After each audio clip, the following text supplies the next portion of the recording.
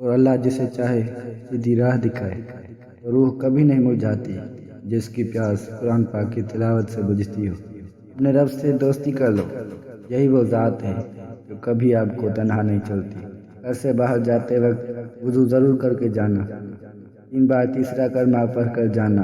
اللہ آپ کی عزت کی حفاظت کے لیے ایک فرشتہ مقرر فرما دے گا۔ ایک دوسرے کے رزق پر نظر مت رکھو، کیونکہ اللہ سے بہتر کوئی تقسیم کرنے والا نہیں۔ جو لوگ شدت غم میں رب کی رضا کا مزہ ڈھونڈ لیتے ہیں وہ تا حیات بڑے مزے میں رہتے ہیں۔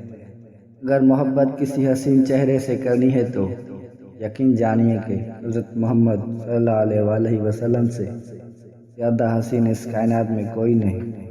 اللہ سے مانگنے کی ایک خوبی یہ بھی ہے کہ آپ اپنے جذبات کو الفاظ کا روپ نہ بھی دے سکیں تو تب بھی وہ آپ کے جذبات کو آپ سے بہتر جانتا ہے۔ جب کہہ نہ پاؤ تو رو لیا کرو، اللہ تو سب جانتا ہے۔